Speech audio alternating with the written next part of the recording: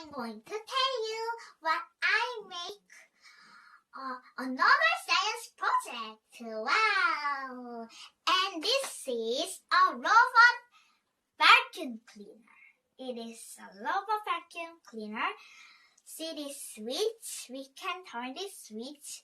Look at it go like this. It go. Wait a second, I have to make her go.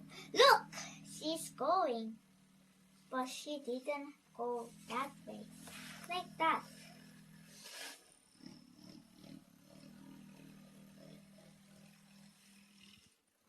Look at her go. Wait a second, I'm going to go around. Also, I hope you enjoyed this robot vacuum cleaner. You don't have to buy a vacuum cleaner. It's too expensive. Look, it can clean the dust and some hair. And this is very good, so you should try to make.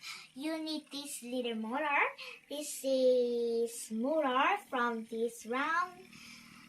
And this is a switch, and you need this battery to go, and you need this. It is a red thing.